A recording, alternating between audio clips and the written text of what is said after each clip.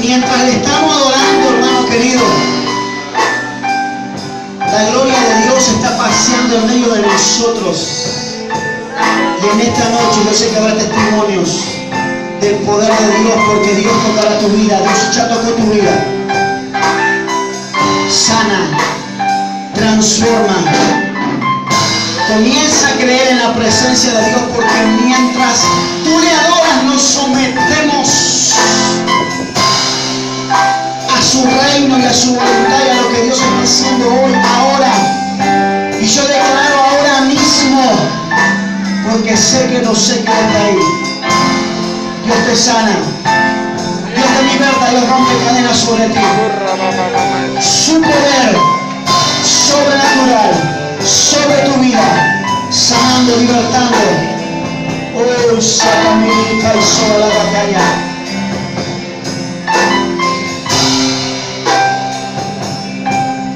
Gracias, Espíritu de Dios. Gracias. Gracias. Gracias. Aleluya. Ese aplauso a Cristo.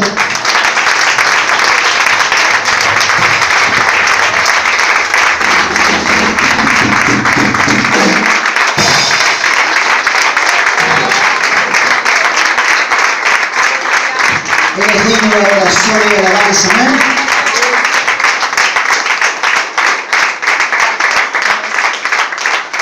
Gloria a Dios, aleluya. ¿Cuánto dan gloria a Dios? Quiero que tome su asiento, por favor. Yo sé que hace mucho calor. Para tener en cuenta, Gustavo, próximo ronda de avivamiento, por favor. Agosto, que se hace. Un pulovercito, ¿viste? Estamos bien. Amén. Dice la palabra del Señor en este día y espero poder compartir con todos ustedes. Bueno, mis hermanos acá contaban, algunos de ustedes han conocido, y yo siempre le cuento a mis hermanos, pero ellos no me creen. A ver, mis hijos de la Bayola aquí, levanten la mano y saluden. Gloria a Dios, gracias. Ya que como los viejos, empiezo a contar las cosas una, otra y otra vez, ¿viste? Ya se complica un poco. Pero a veces le cuento, y acá está Raúl y Mirta, que no me van a dejar mentir. No por edad, sino porque simplemente allá por el año 87, creo que era un 30 de octubre, pisaba por primera vez una iglesia. Fuimos a Temperley. Me tocó la bendita gracia de sentarme atrás de Esther, así que imagínate que salí, o salía convertido o salía más perturbado que... Porque Esther no dejaba de gritar, de levantar las manos, participaba del culto para que todo el mundo se entere que estaba participando del culto. Y yo miraba, y más allá de mirar y de pensar, están todos locos, como de repente cualquiera de nosotros, la primera vez que llegamos a una iglesia, seguramente lo pensaríamos. Pero sabe una cosa, aún antes de que yo pisara la iglesia, ya Dios había salido a mi encuentro, aún antes de conocer al Señor y que alguien me hablara acerca de Cristo, ya Dios me había separado para su gloria. Y fue un 6 de septiembre cuando volví la próxima reunión, y allí no me pregunten qué predicaron, ni quién predicó, ni quién llamó adelante, ni nada por el estilo. Lo único que recuerdo es que ese día fue la primera vez que yo pasé al altar con mis manos levantadas, rendiendo mi vida a mi Señor y mi Salvador. Y simplemente así comenzó. Los chicos conocieron, y siempre le cuento a los hermanos, y no voy a ser demasiado extenso, pero bueno, yo no tenía ningún tipo de virtud, no sabía cantar, me decían Nani Negrete por ahí, algunos magos. No sabía tocar ningún tipo de instrumento. Raúl creo que renunció en la primera clase cuando me quiso enseñar guitarra. Allá en la casa de Correa. Por allá yo lo tenía medio cansado, y ya Raúl estaba bastante allá arisco de todos los pesados. Así que, gracias a la misericordia de Dios, yo veía a estos jóvenes que adoraban allá al Señor, y creo que mi pensamiento fue: Señor, a mí me gustaría estar ahí, pero ¿cómo? ¿Cómo voy a hacer? Había más de 30 personas en el ministerio, ¿te acuerdas, Raúl? uno con mejor talento que otro. Todos sabían dirigir, todos se podían pasar el micrófono, todos sabían tocar algún instrumento. Y yo no tenía ningún tipo de virtud de nada. Pero simplemente le dije, Señor, me gustaría estar en ese lugar. Y siempre le cuento a los hermanos, todavía el día de hoy que sigo tocando la guitarra en la iglesia, y digo, Señor, bueno, ya está, yo sé que vos me escuchaste, vos me dijiste, me gustaría, pero bueno, ya está. Mandame a otro, 2 o 3 más que toquen la guitarra, por favor, te lo pido, porque ya está. Y mire, porque Dios toma muy en cuenta todo lo que usted diga, así que tenga cuidado con lo que dice. Pero allí Dios comenzó a verme y tuve paciencia esperando de alguna manera de que llegue mi momento y mi tiempo. Por ahí alguno de ustedes se sentirá impaciente porque está en la iglesia hace 1 año o 2 años y tal vez todavía nadie lo tuvo en cuenta como para poder hacer algo en la iglesia. Y dice, bueno, voy a pensar a ver quién es el pastor, la persona que me tenga en cuenta a mí porque yo estoy impaciente. Déjeme decirle, tuve que esperar 19 años para cumplir el ministerio que Dios me dio. En la misma iglesia. Tuve que esperar mucho tiempo para poder ocupar un lugar. Tuve que esperar una reunión de miércoles cuando no había nadie para cantar, para que el pastor diga, ¿alguien se anima a cantar? Y ahí pasé yo, para cantar 2 coros. Hermanos, no nos equivoquemos. Nadie te regala nada. El único que está mirando desde los cielos a ver cuánto nosotros nos animamos a esperar en Él y en sus tiempos y en su misericordia es el Dios de los cielos. Vivimos en un tiempo, una generación donde nadie le gusta esperar. Es más, nadie le gusta ni siquiera de que se le encuentre internet. No. Estamos malhumorados, mal. ¿Qué pasó? No, se me fue la señal del celular. ¿Y pero qué te iba a llamar el presidente? ¿Qué onda? No, pero tengo que resetearlo, algo pasa.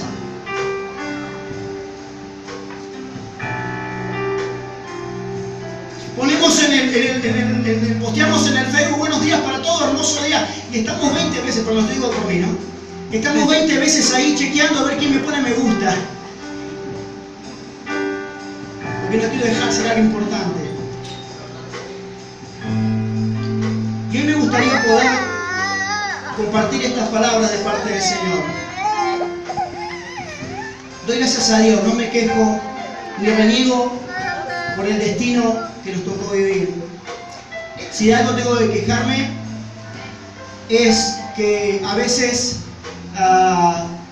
el destino y los propósitos de Dios llevan a perder grandes amigos que uno ha amado tanto, pero que aún con todo nunca vamos a dejar de ser amigos, porque en nuestro corazón sabemos perfectamente que aquel que nos unió y nos permitió vivir tantas experiencias ha sido el Señor. Mientras estemos con Él, no vamos a estar nunca jamás solos. Yo me he dado el privilegio de poder reencontrarme con algunos de ellos después de tantos años.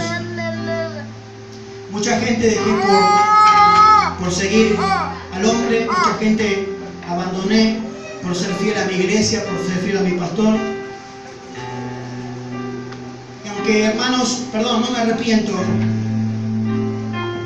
Aunque por ahí diga a veces me he equivocado, no me arrepiento. Porque eso llevó a que Dios ponga sus ojos en mí y me confiara esto para lo cual todavía me queda muy grande los zapatos. Muy grande. Y que quiero tratar de hacer de la mejor manera posible. Pero doy gracias a Dios por su fidelidad y por estos momentos, por estos tiempos, por ver a mis amigos de alguna manera sirviendo al Señor y siempre con ese deseo, siempre con ese anhelo que Dios se pueda glorificar. Lo sigo en Facebook, como diría mi hija, nostalqueo. Nostalqueo se dice cuando chumeas a alguien y no se da cuenta, estás siguiendo, viste la historia de alguien y no se da cuenta. Y miramos de repente y puedo ver el El otro día veía ahí a Raúl que le estaban poniendo aceite. No sé cuántas veces te pusieron aceite ya, Raúl. Amén. Pero no deja de agradecer al Padre Celestial. Que pasan los años y el deseo y el anhelo por servir a Dios. Mira, hermanos, digo, van a equivocarse, trate de no tanto, por favor. Van a equivocarse a veces, trate de que no tantas veces. Pero cuando se levante, siga con su mirada puesta en Cristo y el propósito que Dios tiene para su vida. Porque un día llegaremos a su presencia y nos encontraremos delante de la presencia del Rey de Reyes y Señor de Señores, que lo único que nos preguntará: ¿dónde está el talento que te di? ¿Qué hiciste con lo que yo puse sobre tu vida? Y ese día, hermanos queridos, no podemos poner excusa ante los ojos de aquel que todo lo ve. Ese día tendremos que dar cuenta por lo que hicimos, por lo que no hicimos y cuando lo hicimos los tontos también. Dice la palabra en Salmo 139, verso 7. Si puede acompañarme, siga. Y si no, no importa. Esté atento, escuchemos la palabra del Señor. Salmo 139, verso 7. Dice la Escritura: ¿a dónde me iré de tu espíritu? ¿Y a dónde huiré de tu presencia? Otra vez lea conmigo, por favor. ¿A dónde me iré de tu espíritu? ¿Y a dónde huiré de tu presencia?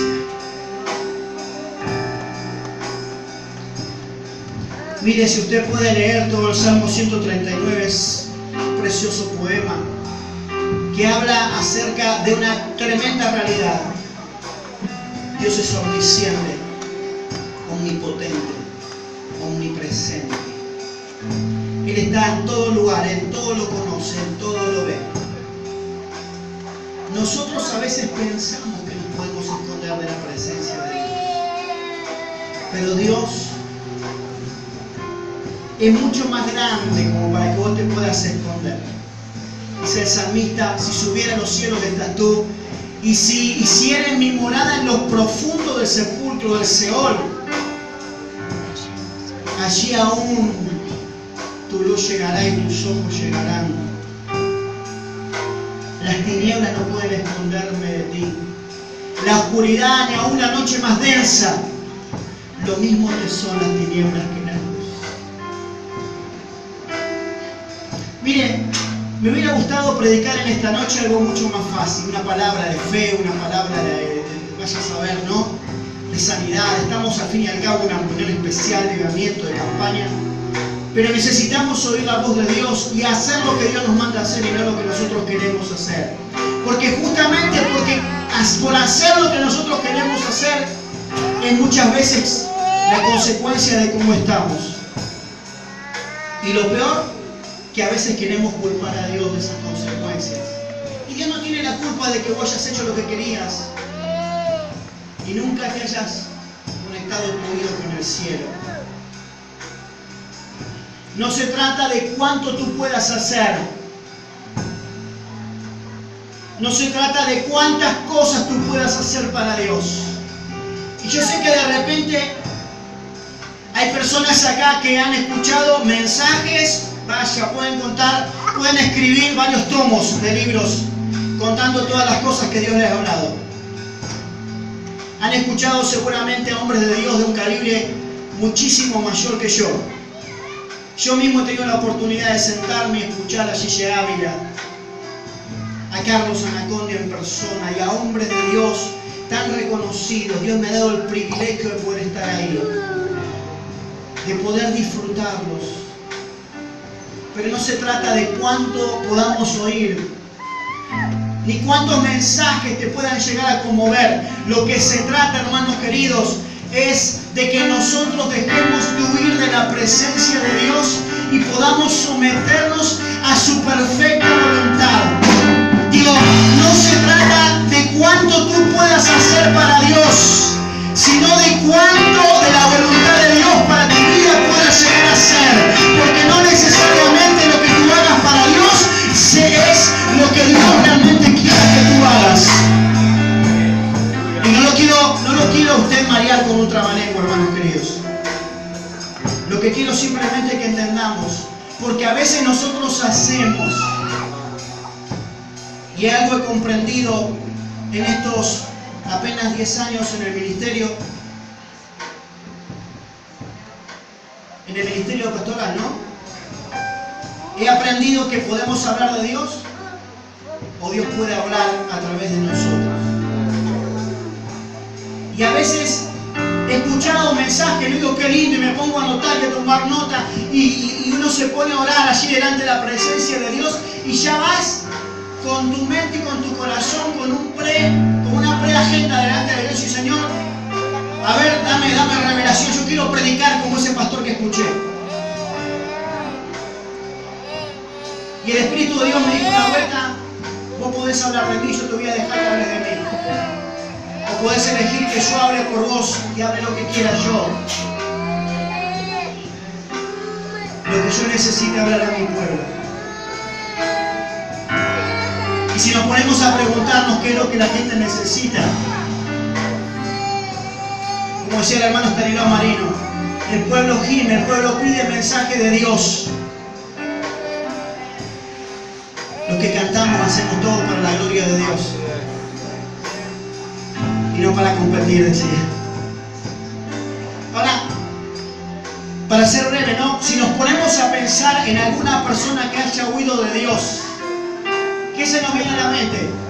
Jonás. Ahora Aparicio me dijo. No. Perdón, ese chiste fue mío, ¿no? Ya lo venía premeditando de antes, pero bueno, no importa. Claro, nosotros pensamos automáticamente, y si nos ponemos a pensar, que el día miércoles predicaba una hermana que hoy, bueno, no pudo estar porque tenía un compromiso también, y ella estuvo predicando el día miércoles en la iglesia y hablaba acerca de Jonás, y hablaba justamente de que Jonás era un dormilón porque se había quedado dormido en el barco y venía huyendo de la presencia de Dios. Y yo, la verdad, no voy a tomar a Jonás para ponerme a predicar lo que escuché el miércoles, porque si no... Pero sería tan justo poder hablar de Jonás, porque Jonás se entendió, pero él no quería hacer lo que Dios nos mandaba hacer, así que huyó, creyendo que de alguna manera podría llegar a huir de la presencia de Dios. ¡Qué error! ¡Qué error! Hay una película que me gusta mucho, no es para promocionar ninguna película, pero hay una película secular que se llama Todopoderoso 2. Y así el personaje que hace de Dios en un momento se enfrenta al personaje principal que tenía que hacer la voluntad de Dios y lo mira y le dice: ¿hasta cuánto vamos a seguir con esto? Mirá que yo tengo toda la eternidad, Y a mí me causa mucha gracia, pero a la vez es la verdad. Dios tiene todo el tiempo, el problema es que vos y yo no tenemos todo el tiempo para huir de la presencia de Dios. Recuerdo un mensaje de Dante Gebel que decía: un día fui al cementerio y tuve que recorrer varias tumbas y me puse a leer lo que decían las diferentes inscripciones.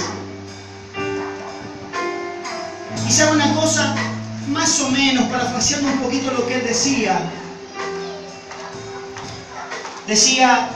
en una de esas tumbas, acá descansan los restos de fulano de tal. Y decía más: y los sueños de fulano de tal también murieron conmigo. Porque sabes una cosa, cuando vos te acuerdes de lo que tenías que hacer para Dios, te vas a dar cuenta que ya no vas a tener ni la juventud ni la fuerza. Y es ahí nuestro gran problema, porque mientras tengamos fuerzas, Hay un amigo mío que me dijo, mientras yo me pueda resistir, me voy a resistir y a usar mi derecho de libre albedrío, hasta que Dios me baje del caballo. Y nosotros somos así, no necesariamente tenemos que estar afuera de la iglesia para resistirnos a Dios. Ni tenemos que estar en una abierta desobediencia para resistirnos a Dios. A veces, aun cuando te arrodillas y oras y le dices, Señor, yo quiero servirte, muchas veces no estamos dispuestos, al igual que Jonás, que entre paréntesis era profeta de Dios, a hacer lo que Dios nos manda.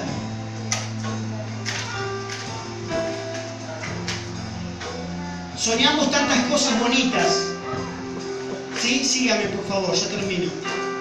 Soñamos tantas cosas lindas para Dios.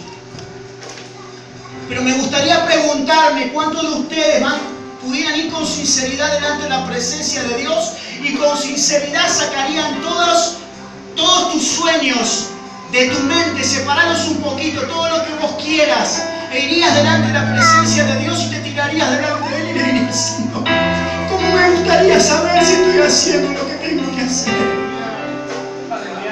¿Cómo me gustaría saber si te estoy sirviendo como realmente vos querés? ¿Cómo me gustaría entender que lo que vos querés para mí y por qué todavía sigo postergando tu llamada? A veces uno mismo, aún pastoreando una iglesia, no necesariamente tiene toda la dirección de Dios, necesariamente a veces seguimos el consejo de Dios. Y muchas veces preparamos mensajes orientados a la necesidad de la gente. Y muchas veces nos sentimos hasta obligados a cubrir con nuestras palabras la necesidad de la gente o lo que la gente necesita oír. Y hermanos, ¿cuándo vamos a cubrir la necesidad de Dios? Porque Dios también quiere hablar, porque también Dios quiere guiar, porque también Dios quiere dar palabra. Y lo que más importa, hermanos, es lo que Dios quiere decir. Para eso estamos aquí, para eso Dios te ha dado, para eso Dios te elegido, para que seas su voz, para que seamos su voz. Ahora, por ahí ustedes no pensarían en esto, pero déjenme contarle la historia de alguien que huyó. Y huyó por naturaleza, no porque quiera huir. Su nombre era Sansón. Cuando el padre de él oraba y le pedía, Señor, dame la respuesta, Dios le dio la respuesta. Y le dijo, el hijo que nacerá de ti, él traerá salvación al pueblo de Israel. Dios tenía un propósito con Sansón y era el de salvar al pueblo de Israel. Y Sansón fue consagrado del vientre de su madre, fue nazareo. No debían cortar su cabello porque él era una persona consagrada a Dios. Un nazareo tenía un voto nazareo, el cual no debía cortar su pelo. Y dice la palabra que desde muy temprana edad Dios despertó su espíritu y puso su espíritu sobre Sansón para que pueda cumplir la voluntad de Dios.